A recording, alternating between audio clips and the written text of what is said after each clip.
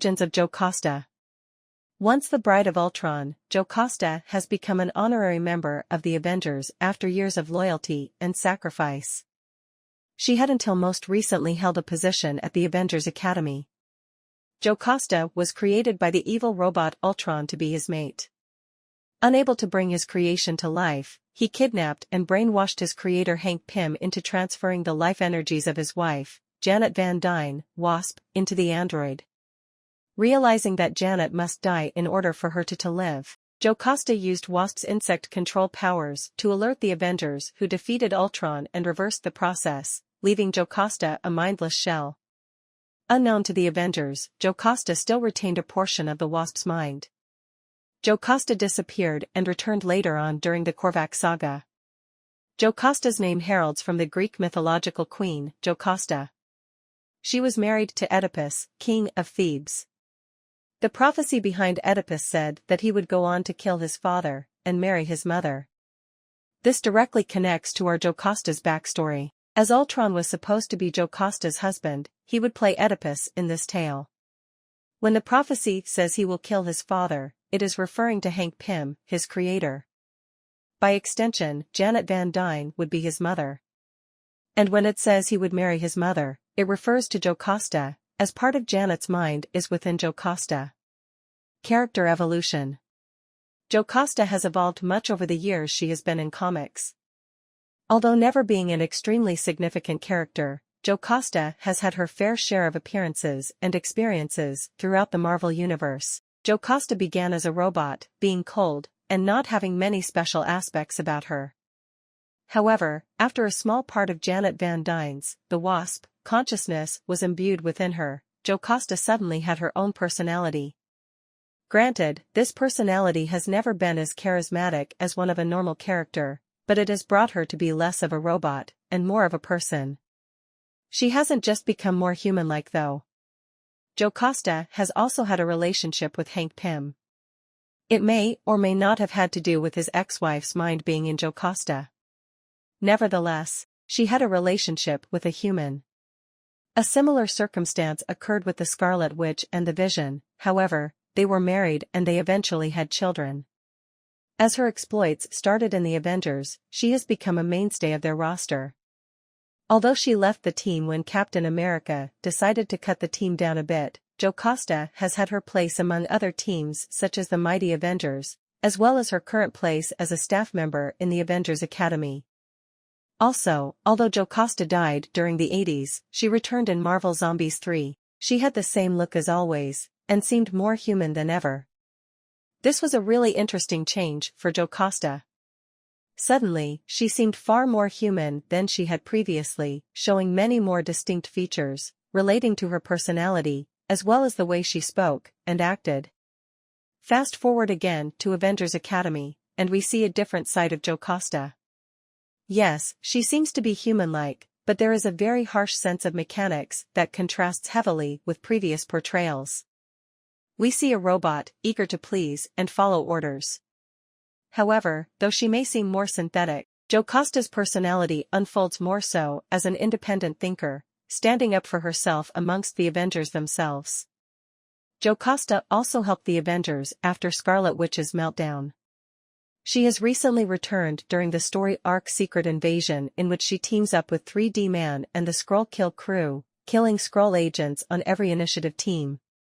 Jocasta is a member of the Mighty Avengers. Led by Hank Pym, Jocasta joined the team. Apparently she is starting to fall in love with Hank Pym. She then allowed herself to be connected to the Infinity Mansion so the Mighty Avengers could have a base there. Having lost her physical form, she created hundreds of clones of her to help others in the Infinity Mansion, but she can only inhabit a single body. This was used by Ultron to have the clones build his body. With only the real Jocasta left, but she had lost her arms and legs, Pym created a formula that grew her real human hands.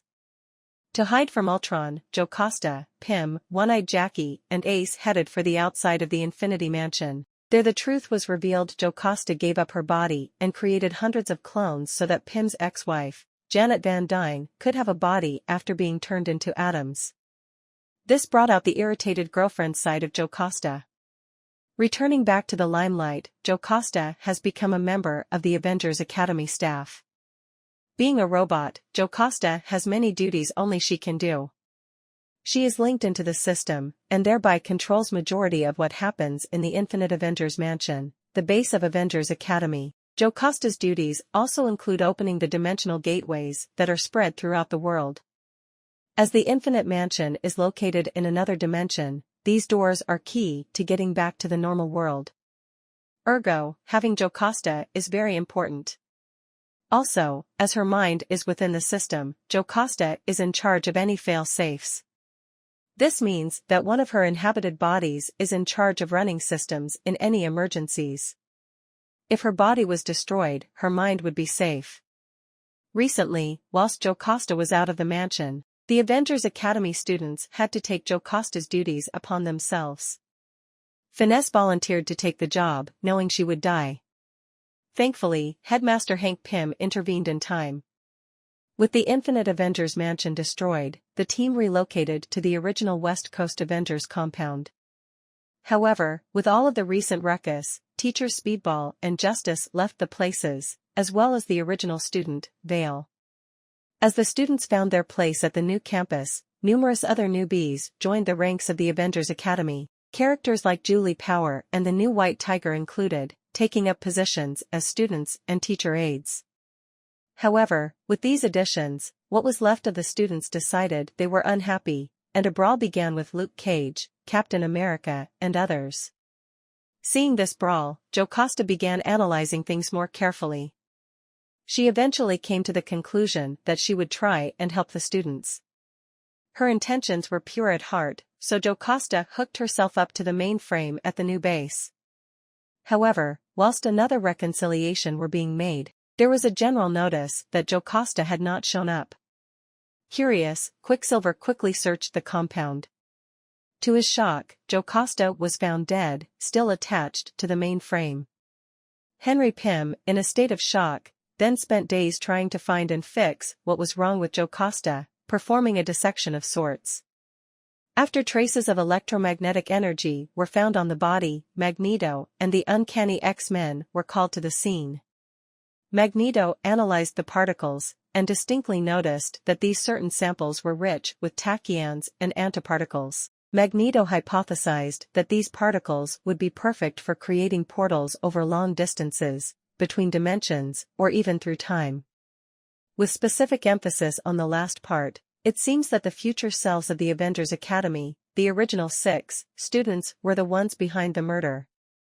The teenage reptile turned out to actually have swapped minds with his future self from another timeline, and henceforth was the reason the particles were left upon the victim.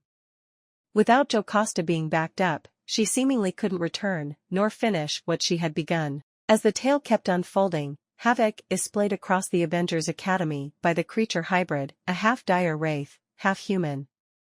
Henry Pym, the principal of the Academy, finally manages to reconstruct Jocasta back into her physical form, however, her consciousness is still lost to the world. As the students continue to battle hybrid, Pym comes up with a plan. After Quicksilver gathers the needed materials and constructs the design, hybrid is held unmoving in some kind of stasis field. Suddenly, the crippled Sentinel Mark IV that is affiliated with the Academy and their student Justin Seyfert attacks hybrid using its dismembered arm. This was questioned as it should have been impossible as the machine was still fixing itself. Then the real hero reveals herself, and Jocasta returns. Our heroine reveals that she was never dead, and she had to fake it for the sake of a bigger cause. Soon, Jocasta finally gives the entire story. It turns out that she, along with ex-Academy member Vale, was working alongside Jeremy Briggs, a teenage mutant millionaire. Jocasta had returned in order to close the Academy down, but after receiving much blowback from the staff, settled for offering the students a position with Jeremy at his company. They promised amazing pay, and a way of helping people outside of the typical superhero lifestyle. A few students left, but to Jocasta's discontent, the Academy remained open. Powers and abilities. Jocasta is an android made from steel. Because of this, Jocasta has many basic advantages that humans don't have. For one, she requires no food, water, or oxygen as she is not living. As well as this, she can survive easily underwater, or in space. Her actual powers are pretty simple as well. Due to her construction, she has higher than average strength levels. As well as this, she has heightened reflexes and visual and auditory senses. In Jocasta's original form, she was able to generate a repelling force field, as well cybernetically controlling insects. Jocasta has also always been able to produce energy beams from her eyes, creating somewhat of a laser beam. Jocasta has also been programmed with a series of graduate-level degrees including physical therapy, medicine, veterinary science, information science as well as a range.